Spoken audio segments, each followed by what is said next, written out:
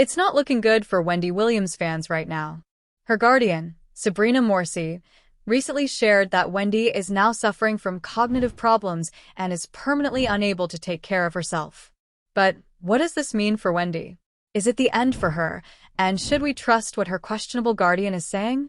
A lot of us were hopeful about Wendy's situation, especially since she was last seen in August 2024 shopping at a wellness store in New Jersey, where the staff said she seemed fine. Then, in early October, she did a phone interview with the Daily Mail. During that interview, she talked about other celebrities like Diddy, but avoided discussing her health in detail.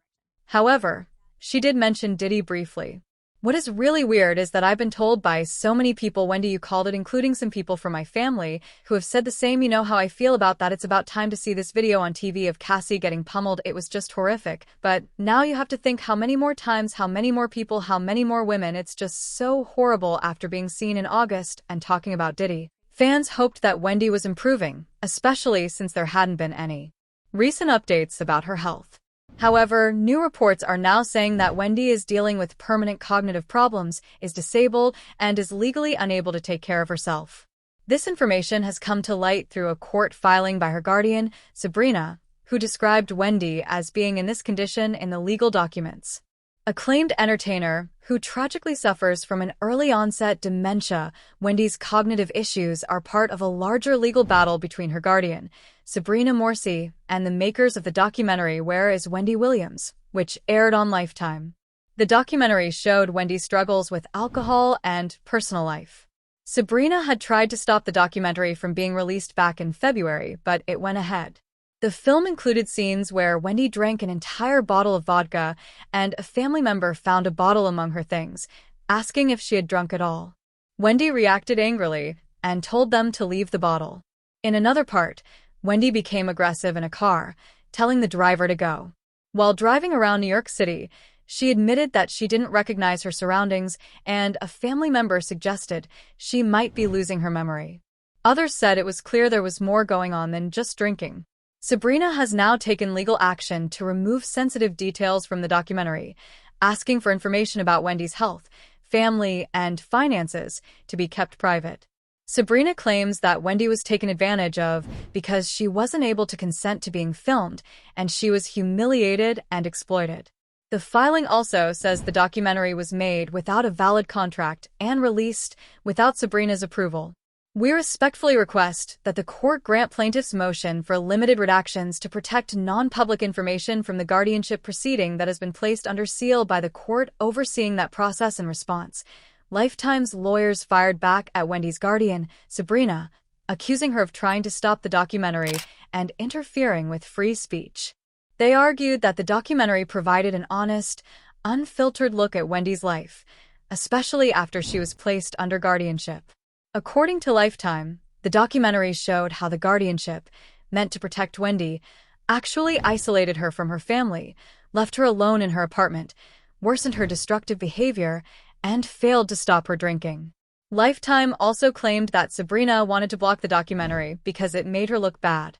They said Wendy's family had seen the documentary before it aired in February 2024 and supported its release, even giving interviews to promote it. Additionally, Sabrina had also sued Entertainment One, and Lifetime mentioned this in their response. Wendy's guardian's case against them arises from her attempt to exceed the scope of her judicial authority over Wendy's attempt to excuse her own failure to protect Wendy and supplant Wendy's wishes with her own. The claim also accused Sabrina Morsi of denying Wendy perhaps one of her last chances to exercise her autonomy and honestly reach her fans in exactly the frank and unfiltered manner that was the hallmark of her career. Lifetime and Entertainment One are arguing that Sabrina is only trying to protect her own reputation, rather than focusing on Wendy's well-being. They claim Sabrina is trying to deflect attention from her own inaction and lack of concern for Wendy's situation. As for Wendy's health, during the ongoing legal battle, Sabrina revealed that Wendy's condition is getting worse, and she is now cognitively impaired and permanently incapacitated. To understand how we got to this point, it's important to remember that Wendy was diagnosed with alcohol-related brain damage in 2019. That same year, she made headlines when she openly talked about her struggles. After taking a long break from her talk show, Wendy shared on air that she had been living in a sober house to tackle her addiction issues. The thing is that I've been asking questions about my money. And when I began asking questions about my money, suddenly Lori Schiller has got no response regarding my money. I want my money. This is not fair. And Wells Fargo has no questions and answers with regarding my money. This is not fair. Sadly, Wendy relapsed in 2022 and checked into a rehab facility for treatment. She spent 2 months there being treated for severe alcoholism after several public incidents related to alcohol. It seems that Wendy never really wanted to quit drinking, and the people around her in New York let her continue. After her stay in rehab, she said she felt better than ever. Her diagnosis came after a neurologist assessed her during rehab in Florida and confirmed the damage alcohol had done to her brain. Also, Wendy was placed under guardianship in 2022 when Wells Fargo raised concerns about possible financial exploitation and undue influence over her. Wendy said she didn't understand why her money was being taken. You know, Kevin and I have the Hunter Foundation for the Good of the People, and we recently launched our 888-5 Hunter number for those of you caught up in the struggle of addiction. Well, for some time now, and even today and beyond, I have been living in a sober house. When you see me come to work, glammed up, right after the show, I go across the street, I do my Pilates. I told you 2 hours a day, I like to take care of my body. And you know I've had a struggle with in my past, and I never went to a place to get the treatment. I don't know how, except God was sitting on my shoulder and I just stopped. But there are people in your family, it might be you, who've been struggling, and I wanted to know more of the story. So this is my autobiographical story, and I'm living it, and I'm telling you this. Until this point, many people were hopeful that Wendy would recover, and there were even discussions about her starting a podcast. But the next time Wendy made headlines, reports came out that she spent a night out drinking. She reportedly drank her way from Fresco by Scott in New York City all the way to the gay bar The Townhouse, according to Rob Shooter, who spoke to Page 6. Wendy looked lonely sitting by herself, but then lit up like a Christmas tree when she saw someone she knew. He also talked about their encounter in an episode of his podcast, saying Wendy invited everyone over to her table. Wendy invited me to join her, but I told her I was with my friends and wasn't leaving them. Wendy insisted, and we had some drinks together. However, when we were about to say goodbye, Wendy didn't really want us to leave.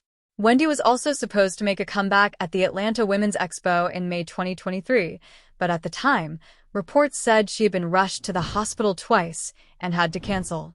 Even though Wendy filmed a promotional video, the Expo team told her team the video was unusable because Wendy appeared disoriented. They also didn't want to air a video where Wendy claimed she was still married to her ex, Kevin, because it might upset the Expo audience, who focused on women's empowerment.